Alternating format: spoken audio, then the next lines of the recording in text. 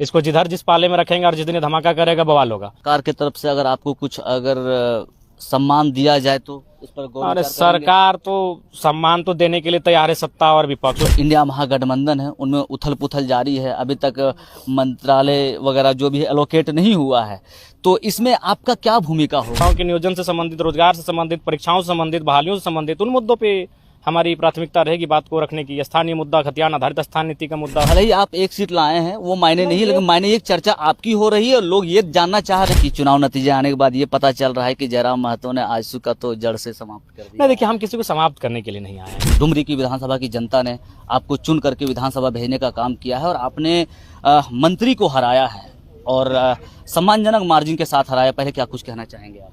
जी, डुमरी की देवतुल्य जनता का आभार, अभिनंदन।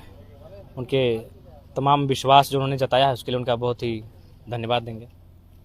और अभी देखा जा रहा है कि लगातार जो इंडिया महागठबंधन है उनमें उथल पुथल जारी है, अभी तक मंत्रालय वगैरह जो भी एलोकेट नहीं हुआ है, तो इसमें आपका क्या भूमिका होगा? देखिए हम तो एक सीट लेके आए हैं, विशेष भूमिका हमारी नहीं रहेगी। हमारी भूमिका अब रहेगी कि राज्य के जो मुद्दे हैं उनको हम पटल में कैसे रखते हैं, राज्य के मुद्दों को हम पूरे देश से, पूरे राज्य से परिचित कैसे करवाते हैं, लोग कैसे उस मुद्दों को जानेंगे और उनका समाधान की दिशा में जो व्यवस्था है वो आगे बढ़ेगी। तो हमारा अब वो रोल रहेगा कि हमें राज्य के मुद्दों को वहाँ लेके जाना है। क्योंकि अब सत्ता पक्ष की बात कीजिए, विपक्ष की बात कीजिए, हमारी उपस्थिति अब यही रहेगी कि राज्य के युवाओं के हौसलों को बुलंद करना, राज्य के शोषित वंचित जो लोग हैं उनके हौसलों को बुलंद करना, यही हमारी प्राथमिकता रहेगी। देखा जाए तो राज्य की जनता की नज़र, भले ही आप एक सीट लाए हैं, वो मायने नहीं, लेकिन मायने एक चर्चा आपकी हो रही है और लोग ये जानना चाह रहे हैं कि आपका क्या रोल रहेगा, एनडीए या इंडिया या थर्ड? नहीं, तीसरा ही रहेगा हमारा। हम तो इसे जो जनादेश मिला है उसी के आधार पर चलेंगे और राज्य के लोगों का उम्मीद भी है कि हम सरल विधायक हैं। अभी हम सुबह जब जनता दरबार में बैठे थे तो हमको लगता है कि डुमरी से ज़्यादा बाघमारा, टुंडी, धनबाद, इन विधानसभाओं के भी लोग आए थे।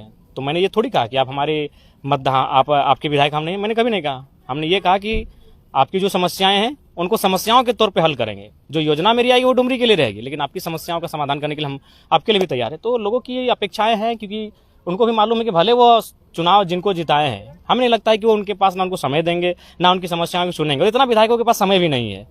तो इस लिहाज से पूरे राज्य के, खासकर जो उत्तरी छोटानागपुर का 1 दर्जन सीट है, हमें लगता है कि वो अपनी समस्याओं को लेकर जयराम महतो के पास ही आएंगे। विधानसभा में किन किन मुद्दों को आप प्राथमिकता के तौर पर उठाना चाहेंगे? मुद्दे अभी युवाओं के मुद्दे हैं, युवाओं के नियोजन से संबंधित, रोजगार से संबंधित, परीक्षाओं से संबंधित, बहालियों से संबंधित उन मुद्दों पे हमारी प्राथमिकता रहेगी बात को रखने की। स्थानीय मुद्दा, खतियान आधारित स्थान नीति का मुद्दा, वो विषय रहेगा।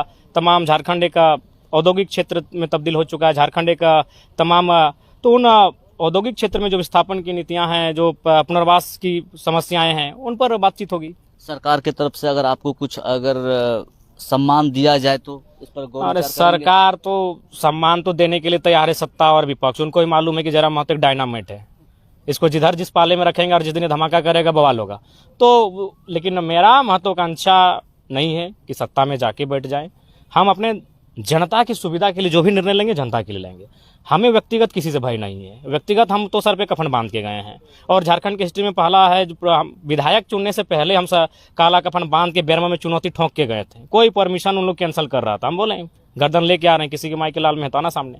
तो हम अपने लिए कुछ भी नहीं करेंगे, जो हमारी जनता आएगी उनके संरक्षण, 11 लाख लोगों ने हमें वोट किया है, उनकी समस्या, उनका संरक्षण, वो हमारे लिए प्राथमिकता रहेगी। नतीजे आने के बाद भाजपा के एक विधायक ने कहा था, आप एक नहीं, हमको नहीं, एक नहीं, एक क्या कहा था? नहीं, एक का नाम ही बोलिए। एक तो सीट जीता है, क्या हो गया है? अच्छा ठीक है, भविष्य सामने है, क्या होगा नहीं होगा वो देखेंगे। वो भी भाजपा से है तो भाई उनको भी अपना इतिहास जानना चाहिए। वो 2 सीट से आए थे देश में।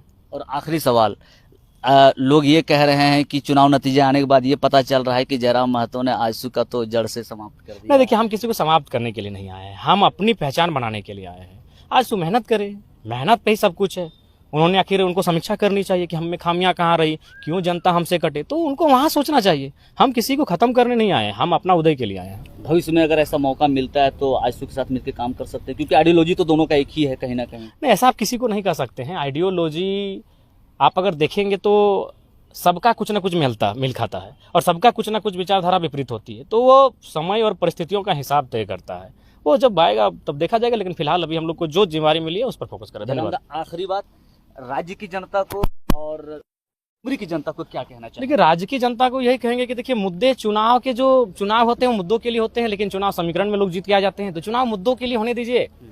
आज देख सकते हैं कि आज परिस्थितियां क्या है, किन्हीं का लोग ऐसे लोग सदन में पहुंच जा रहे हैं बस केवल समीकरण के लिए। हाँ भाई, फलाना समुदाय हमको इसलिए वोट दे देगा क्योंकि हम इस पार्टी से हैं। तो इन सब चीजों से राज्य की जनता को उठ के मुद्दों के लिए वोट करना चाहिए।